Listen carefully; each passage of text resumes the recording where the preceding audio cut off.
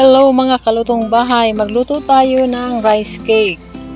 Kung paano ko ginawa, tara, samahan niyo ako, gagawa tayo para makita ninyo at kung paano ko ginawa. Ayan ang ating kamatis, sibuyas na pula at saka sibuyas na may dahon. Naghiwa ako dito ng parsley. Hiwain lang natin ito ng pino. Ayan, hanggang matapos yan. At itabi lang natin muna.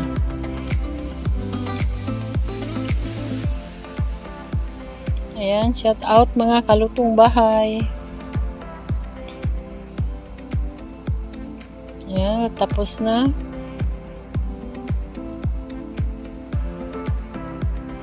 Lapit na.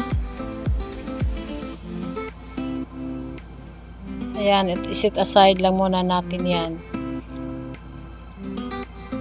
Ito ating kawali. Maglagay tayo ng mantika. Ayan.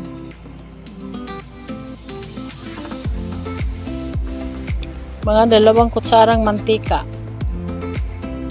Ayan, at maglagay tayo dito ng 1½ cup rice. Atin lang itong i-flatten sa ating kawali. Ayan.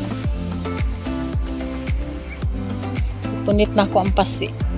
Kanay pasi na sagol.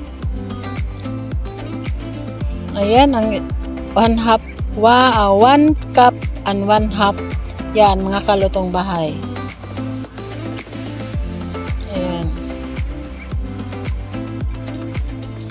At maghiwa tayo rito ng kalamansi. Hiwain lang natin. Tapos isit aside din natin. Tapos nating ipiga yan. Ayan. At ano tayo dito ng butter. Mga 1 slice lang. Hindi naman masyadong malaki. At ng itlog. Magbatil tayo ng 4 na itlog.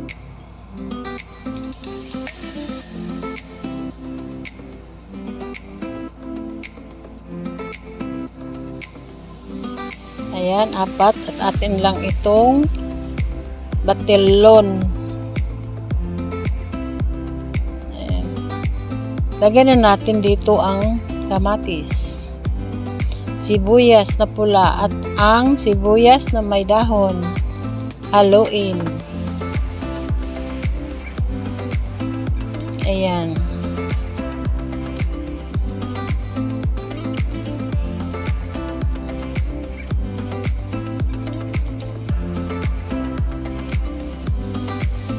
Maraming langaw. Ayan, nilagay ko na yung kalamansi, ang butter. Ayan. Mix lang natin yan ng mabuti.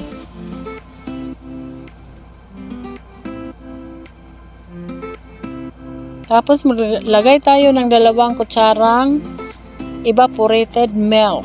Kahit anong klaseng iba, pwede. At haluin. Halo-halo lang. Ang ganyan, ganito.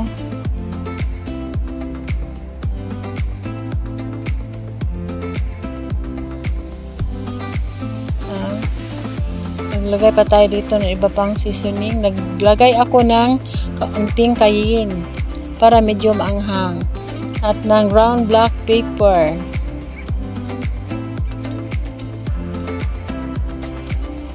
Kunting asin,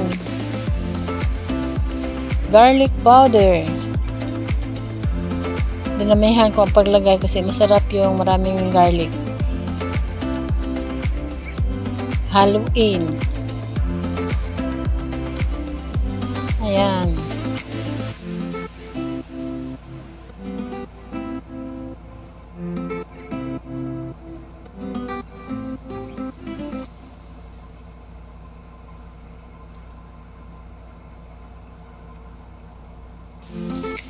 naglagay ako ng konting parsley.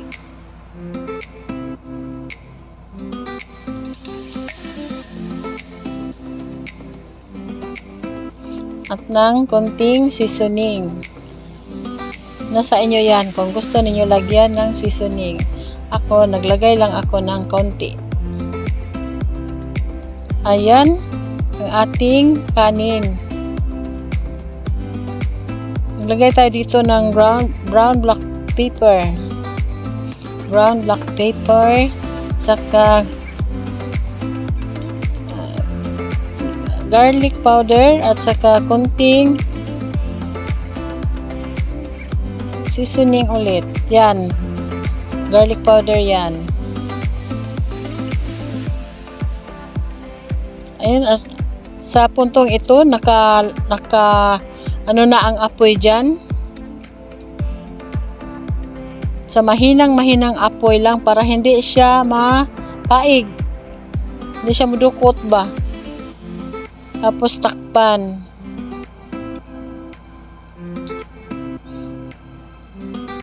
Mga 8 minutes lang yan. 8 minutes.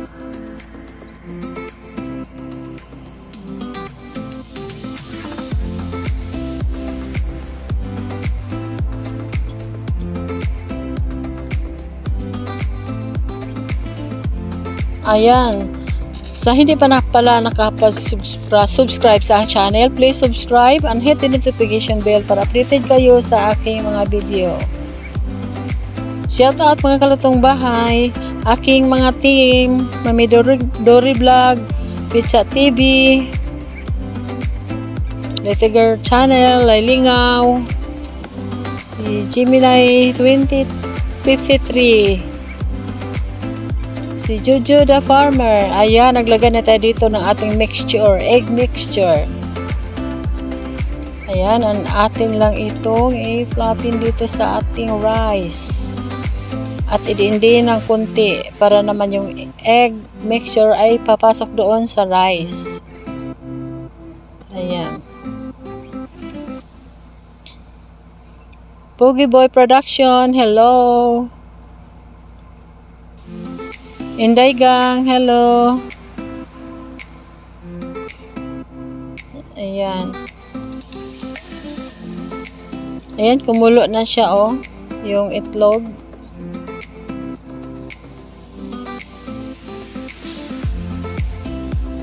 Ating silipin. Ayan. Pag mag-brown na yan ang ilalim, atin nang baliktarin. Ayan, silipin natin pag brown na. Ayan. Takpan ulit ng another 5 minutes. After 5 minutes, ayan, baliktarin natin. Gamitan natin ng plato para pagbaliktad. Ayan. Ayan na ang kulay ng ating rice at ibalik natin sa ating kawali. Ayan, para maluto yung ating egg mixture. Ayan, dindiin lang ng konti.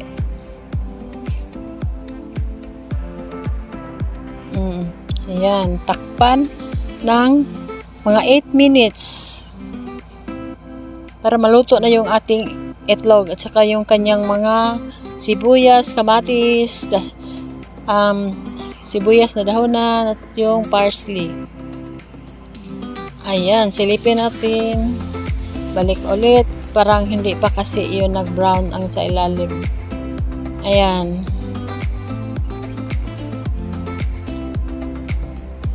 Ayan. Salamat sa lahat ng aking mga subscribers.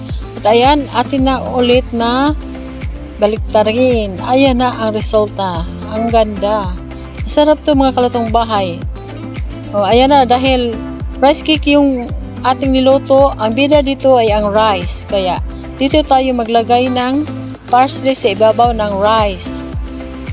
Ayan.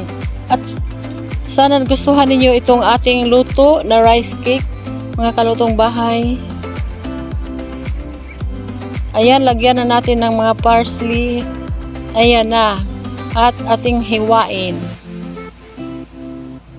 Ayan na. Madali lang siya gawin. May rice na, may ulam pa. Ayan. Ayan na siya. Subukan ninyo mga kalutong bahay. Oh.